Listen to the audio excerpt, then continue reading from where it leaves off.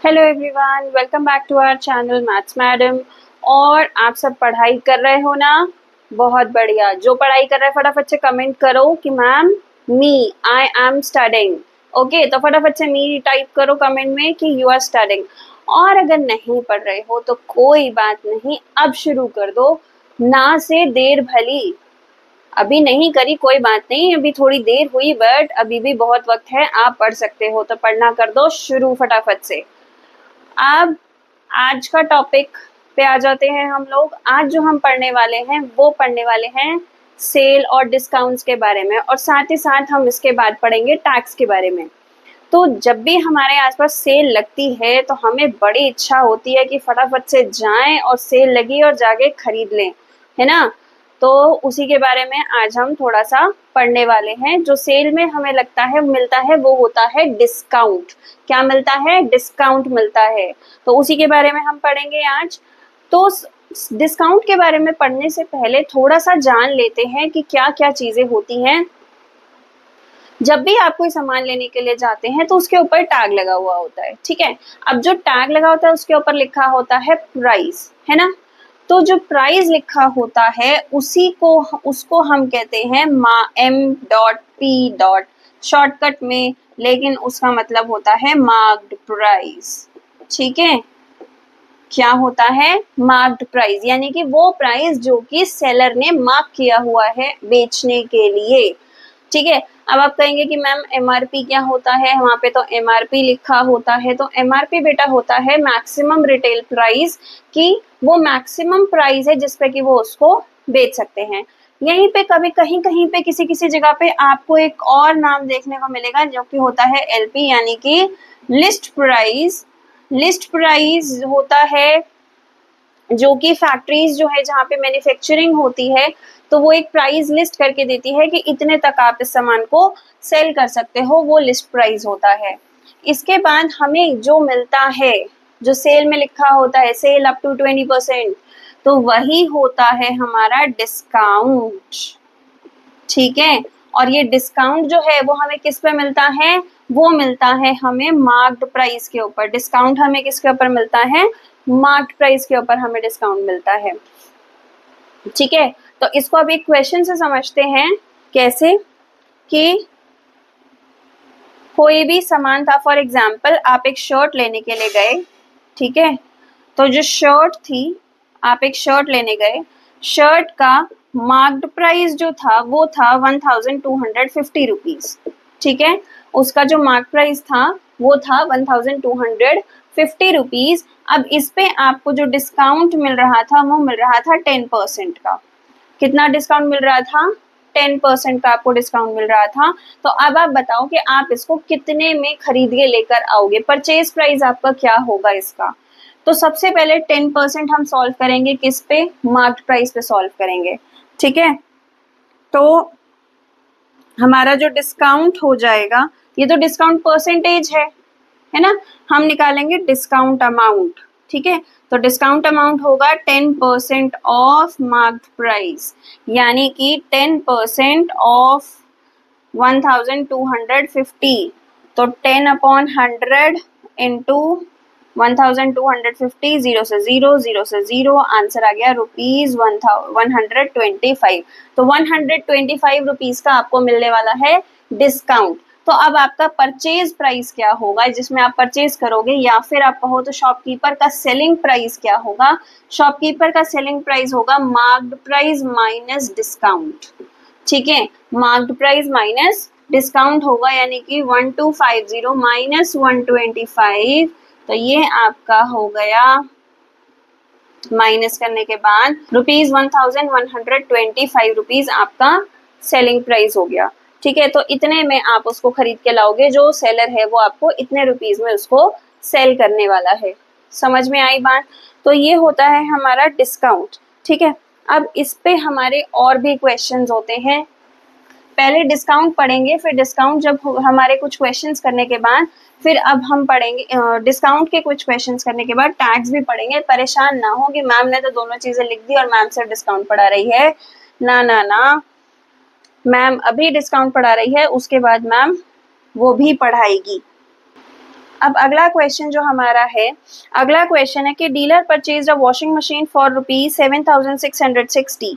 He allows a discount of 12% on it's marked price and still gains 10%.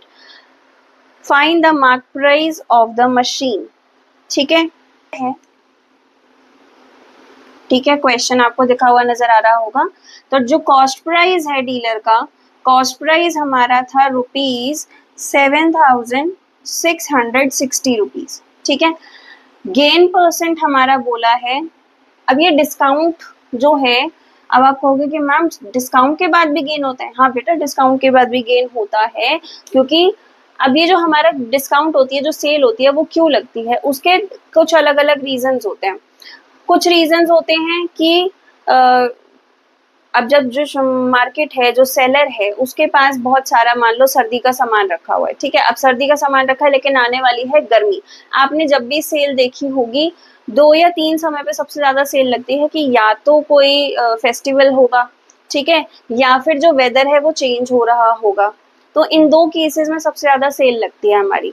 तो जब भी weather change हो रहा होता है, तो वेदर चेंज में फॉर एग्जांपल सर्दियां चल रही थी, अब सर्दियां होने वाली हैं खत्म, अब आने वाली है गर्मियां. तो जो सेलर है उसको तो गर्मी के कपड़ा स्टॉक लेकर आना है. अब लेकिन उसके पास ऑलरेडी सर्दी का स्टॉक बहुत सारा रखा हुआ है, तो वो क्या करेगा, वो सेल निकाल देगा, वो सेल लगा देगा, जिससे कि उसका जो है वो ज्यादा से ज्यादा सामान जो है वो बिक जाए और सेल में लोग खरीद लें, सेल के नाम से डिस्काउंट पे, और उसके बाद वो अपना समर का सामान जो है वो ले आए. तो ये हो गया एक केस. दूसरे केस में सेल लगती है जहां पे कि पर्सन को रखे रखे उसको लॉस ना हो जाए. ठीक है, जैसे किसी को कुछ सामान है, वो बहुत टाइम से स्टॉक होके रखा हुआ है, वो रखा पड़ा है, वो निकल नहीं रहा, तो उस केस में भी वो निकालता है. तो ऐसे बहुत सारे केसेस होते हैं. अब ज्यादातर केसेस में ये होता है कि वो डिस्काउंट तो देते हैं, लेकिन उनका मार्क प्राइस ऑलरेडी इतना होता है कि डिस्काउंट के बावजूद भी उनको गेन हो रहा होता है. हाँ, उतना नहीं हो रहा होता जितना एमआरपी पे होता, बट अभी भी मान लो कि एमआरपी पे उनको 30% 40% का गेन होना था, लेकिन डिस्काउंट के बाद अब उनको सिर्फ 10% या 15% का गेन हो रहा है. बट अगर कोई ऐसा केस है जहाँ पे कि बिल्कुल माल, उनका जो सामान है, उनका जो स्टॉक हुआ पड़ा है, जिसको उनको निकालना ही निकालना है, उस केस में वो जीरो गेन पे भी वो निकाल देते हैं, लेकिन लॉस में बहुत कम ऐसा होता है कि वो निकलता है सामान. बट ऐसा नहीं है कि नहीं निकलता, लॉस पे भी कई बार वो निकालते हैं. जैसे अगर मान लीजिए कि उन्होंने 1,000 रुपए का सामान खरीदा हुआ है, ठीक है, तो अगर वो 5%, 7%, 10% के लॉस पे भी वो निकालते हैं, तो भी 900 रुपीज तो उनको मिले. 100 रुपीज का ही उनको लॉस हुआ, तो 900 तो उनको अब भी वापस मिल गए. तो वो बाकी जो है, वो जो दूसरा सामान लेकर आएंगे, उसमें कुछ एक्स्ट्रा चार्जेस करके वो अपना लॉस को कवर अप करेंगे.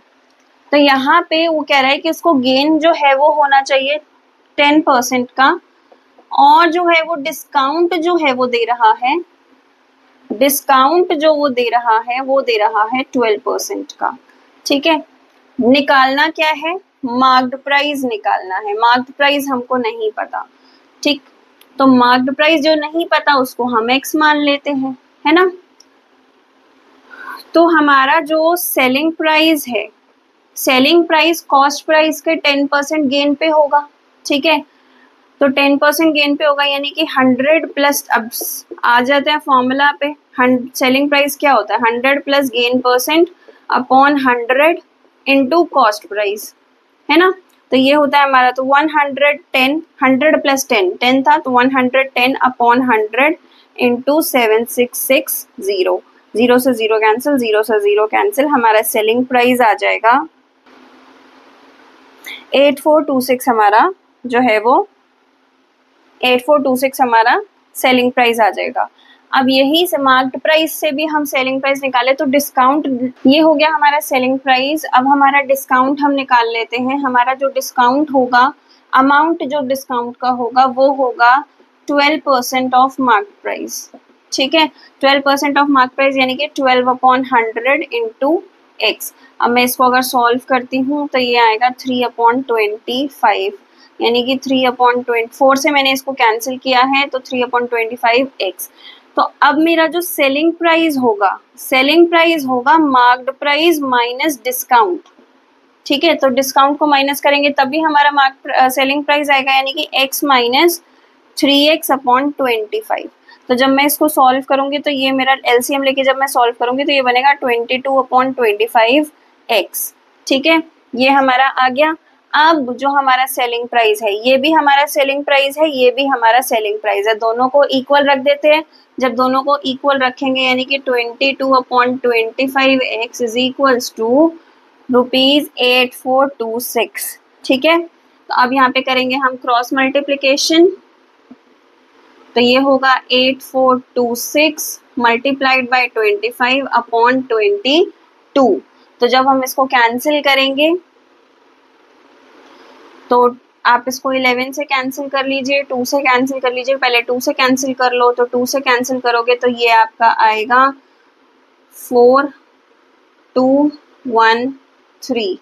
ठीक है, 4213।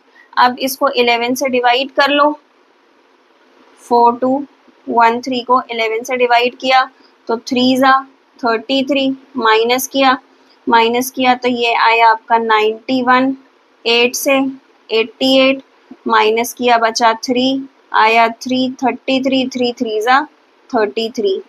ये हो गया हमारा 383 मल्टीप्लाइड बाय 25। ठीक है, 383 मल्टीप्लाइड बाय 25 हमारा आ गया। अब 383 को मल्टीप्लाई करना है 25 से, तो जब हम इसको 25 से मल्टीप्लाई करेंगे तो हमारा जो आंसर है वो आ जाएगा ₹9575। ठीक है, अब इसको मल्टीप्लाई करेंगे तो हमारा आंसर आएगा ₹9575।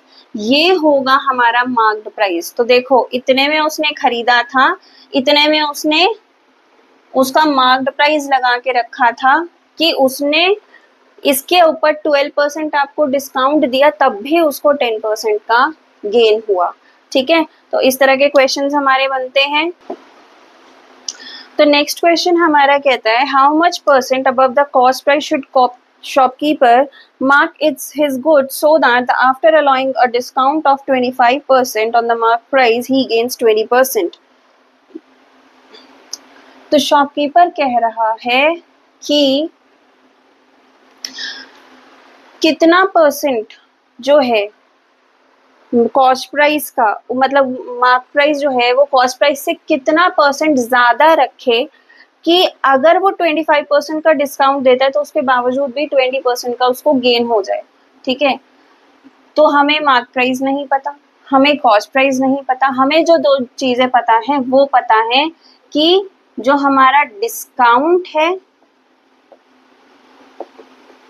वो है 25%। ठीक है, और जो हमारा प्रॉफिट है वो है हमारा 20%। ठीक है, क्योंकि हमें डायरेक्टली निकालना है कि डिस्काउंट मतलब मार्क प्राइस जो है वो कितना परसेंट ज़्यादा है कॉस्ट प्राइस से, तो हम लेट कर लेंगे कि हमारा जो कॉस्ट प्राइस है वो 100 था। ठीक है, 100 लेने से क्या होता है कि जो भी हमारी कैलकुलेशन, आप x लेके भी सॉल्व कर सकते हो। ठीक है, तो 100 लेके हमारा क्या है कि हमें डायरेक्टली परसेंटेज निकालने में बहुत आसानी हो जाएगी। ठीक, और मार्क प्राइस, क्योंकि हमें दो चीज़ें निकालनी है तो मार्क प्राइस को हम x मान लेंगे। तो कॉस्ट प्राइस अगर 100 था तो प्रॉफिट हमारा हो रहा है 20%।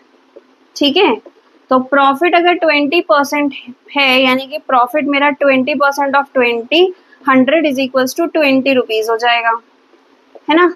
तो मेरा जो सेलिंग प्राइस है 100 प्लस 20, 120 मेरा हो जाएगा सेलिंग प्राइस। तो मेरा यहाँ से सेलिंग प्राइस निकल आया।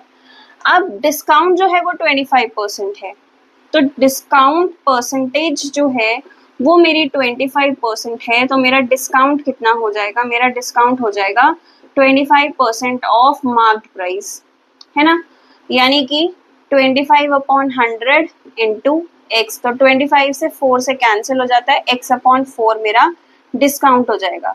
तो अब मेरा जो सेलिंग प्राइस है वो कितना होगा, तो मेरा जो सेलिंग प्राइस है वो हो जाएगा x माइनस एक्स अपॉन 4, यानी कि मार्क्ड प्राइस माइनस डिस्काउंट, यानी कि 3x अपॉन 4 मेरा सेलिंग प्राइस हो जाएगा। ये भी सेलिंग प्राइस है, ये भी सेलिंग प्राइस है।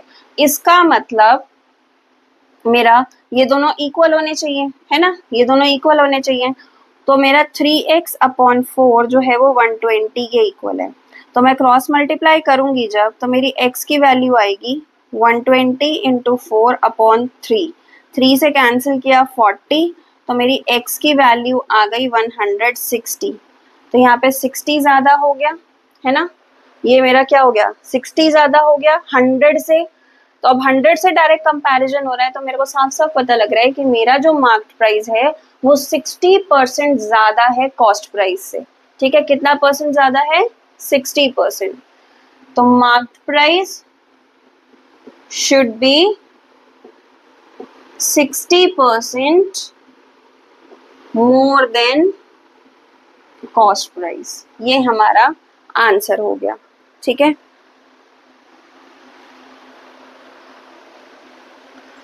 नेक्स्ट क्वेश्चन की तरफ बढ़ते हैं, एक और क्वेश्चन करते हैं, उसके बाद हम बढ़ेंगे हमारे टैक्स के टॉपिक की तरफ।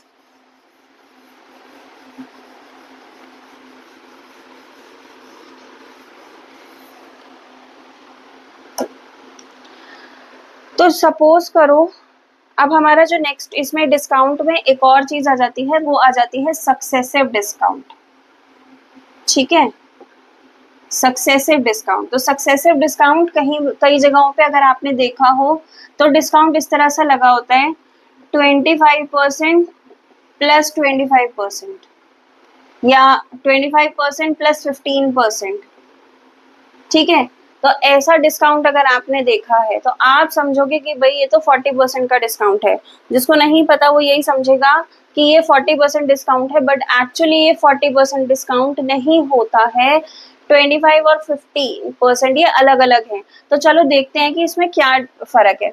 तो एक जगह हमारा जो डिस्काउंट लगा था वो था 25% प्लस 15%, और एक जगह मेरा डिस्काउंट लगा था 40%। अगर आप यही मान के चल रहे कि दोनों बराबर है तो मेरे आंसर इक्वल आना चाहिए। ठीक है, मैं कॉस्ट का आर्टिकल का जो वो है प्राइस है वो 100 रुपीज लेके चल रही हूँ। ठीक है, मेरा मार्क प्राइस जो है वो मैं 100 रुपीज लेके चल रही हूँ। तो इससे क्या होगा कि डायरेक्टली पता हमें ये भी चल जाएगा कि 25 प्लस 15% जो है वो कितने परसेंट के इक्वल है। तो यहाँ पे 40% डिस्काउंट हमारा क्या हो गया, ये तो बिल्कुल सिंपल है, 40% ऑफ x 40% ऑफ 100 यानी कि 40 रुपीज। तो मेरा यहाँ पे जो सेलिंग प्राइस होगा वो होगा 100 माइनस 40 यानी कि 60 रुपीज। ठीक है, यहाँ पे कैसे सॉल्व होगा, यहाँ पे पहले देखो 25% ऑफ 100। ठीक है, तो 25% ऑफ 100 यानी कि 25/100 इंटू 100, तो ये आ गया ₹25। तो अब 25 आ गया, तो 100 में से पहले 25 को माइनस करो, तो मेरा जो न्यू मार्क्ड प्राइस होगा वो मेरा 25% को लेस करके होगा, यानी कि 100 माइनस 25। तो 100 माइनस 25 कितना हो गया, बताओ जल्दी, 75 रुपीज। ठीक है, तो 75 रुपीज। अब जो 15% लगेगा वो 75 पे लगेगा। तो मेरा जो है अब जो नया डिस्काउंट होगा वो होगा 15% ऑफ 75, ना कि 100। तो 15/100 इंटू 75। तो इसको जरा कैंसिल करते हैं, 5 3 जा 5 से 20, देन 5 4 जा 5 से 15। ठीक है, तो ये हो गया 3 इंटू 15 45/4। ठीक है, ये मेरा हो गया डिस्काउंट। तो अब मेरा डिस्काउंट इतना है, इसको अगर मैं डेसिमल्स में कन्वर्ट करती हूँ, मतलब इसको अगर मैं डिवाइड करती हूँ और ज़्यादा, तो ये हमारा आ जाएगा 0.25। ठीक है, ये हो गया मेरा 11.25। तो अब मैं 75 में से मेरा जो सेलिंग प्राइस एक्चुअली होगा वो होगा 75 माइनस 11.25। तो जब मैं इसको माइनस करूंगी तो ये मेरा आएगा 7। 63.75 ये मेरा सेलिंग प्राइस होगा। तो 100 में से 63.75 अगर मैं माइनस करूँ तो मुझे एक्चुअली पता लगेगा कि ये कितना परसेंट है। तो 100 माइनस 63.75, तो मेरे को एक्चुअली डिस्काउंट कितना मिला हम ये निकाल रहे हैं। तो ये मिला, तो मेरे को जो एक्चुअल डिस्काउंट मिला वो मिला 36.25%। ठीक है, क्योंकि 100 से हमने लिया था तो ये डायरेक्टली परसेंटेज ही आया। तो 25 प्लस 15 हमारा 36.25% के इक्वल है, ना कि 40 के इक्वल। ये हमने यहाँ पे कैलकुलेट किया। तो सक्सेसिव डिस्काउंट्स भी कैसे सॉल्व करते हैं, ये हम इस तरह से सॉल्व करते हैं कि पहले पहला वाला डिस्काउंट सॉल्व करते हैं, फिर उसके बाद जो हमारा आंसर आता है डिस्काउंट को माइनस करने के बाद, दूसरा वाला डिस्काउंट उस अमाउंट पे लगता है, ना कि ओरिजिनल अमाउंट पे। ठीक, तो इस तरह से सक्सेसिव डिस्काउंट्स को कभी भी हम एक्चुअल उस राउंड फिगर वाले डिस्काउंट के इक्वल नहीं मानना चाहिए, वो हमेशा लेस देन होते हैं उससे। ठीक, तो इस तरह का भी एक क्वेश्चन बन जाता है। कई बार आपसे डायरेक्टली पूछ लेते हैं कि 30% प्लस 10% या 20% प्लस 10% डिस्काउंट अगर दिया था तो बताओ कि कितना वो एक्चुअल डिस्काउंट उसे मिला। तो आप 100 लेके इस तरह से उसको सॉल्व करेंगे तो आपको इक्वल एक्चुअल के इक्वल आएगा कि कितना उसको डिस्काउंट मिला था। अब हमारा डिस्काउंट का टॉपिक यहाँ पे कंप्लीट होता है। ठीक है, डिस्काउंट के बारे में जो क्वेश्चन बनते हैं वो मैंने आपको बताया। अब हम आ जाते हैं टैक्स के ऊपर। ठीक है, तो टैक्स हमारे आपने कई जगह पे आज की डेट में जो हम सबसे ज़्यादा जो हमें देखने को मिलता है वो देखने को मिलता है कि जीएसटी लगा हुआ है, यानी कि गुड्स एंड सर्विसेज टैक्स। पहले अलग अलग टाइप के टैक्सेस होते थे, और सेल्स टैक्स होता था, सर्विस टैक्स होता था, वैल्यू एडेड टैक्स होता था। ठीक है, तो अलग अलग चीज़ों पे अलग अलग टाइप का टैक्स लगता था। जैसे अगर आप कोई चीज़ बाहर से इंपोर्ट कराते हैं, कुछ मंगवाते हैं, तो वहाँ उसके ऊपर कस्टम सर्विस लगता है, तो वहाँ पे वो वाला टैक्स होता है। तो अभी सबसे ज़्यादा जो है वो गुड्स एंड सर्विसेज, यानी कि गुड्स के ऊपर और सर्विसेज दोनों के ऊपर ही एक जैसा टैक्स लगने लगा, जिसको हमने जो प्रेजेंट हमारा जो है वो जीएसटी हमने नाम दिया हुआ है। तो टैक्स हमारा क्या होता है कि जब भी हम कुछ खरीदते हैं, जब भी हम कुछ सेल करते हैं, बेचते हैं, तो उसके ऊपर एक टैक्स का अमाउंट लगता है, तो उसी को हम बोलते हैं टैक्स। और ये टैक्स कहाँ जाता है, ये टैक्स जाता है गवर्नमेंट के पास, जो कि गवर्नमेंट यूज़ करती है हमारे देश के बेनिफिट के लिए, हमारे देश की तरक्की के लिए, कि जो रोड्स बनती हैं या जो गवर्नमेंट हॉस्पिटल्स बनते हैं, गवर्नमेंट स्कूल्स बनते हैं, गवर्नमेंट स्कूल्स में जो फैसिलिटीज़ प्रोवाइड की जाती हैं, वो सारे का सारा पैसा कहाँ से आ रहा है, सरकार के पास। सरकार जो है वो टैक्स लेती है, उसी से उनके पास ये पैसा जाता है, जिससे कि वो ये सब काम करती है। तो अब ये सॉल्व कैसे करते हैं, ठीक है। तो ये हमारा सबसे पहले मान लीजिए कि किसी ने एक टीवी परचेज किया, ठीक है। टीवी का जो परचेज प्राइस था, क्या परचेज किया, टीवी, तो उसका जो कॉस्ट प्राइस था वो था हमारा, उसकी जो कॉस्ट थी वो थी हमारी ₹36,600 रुपीज़, ठीक है।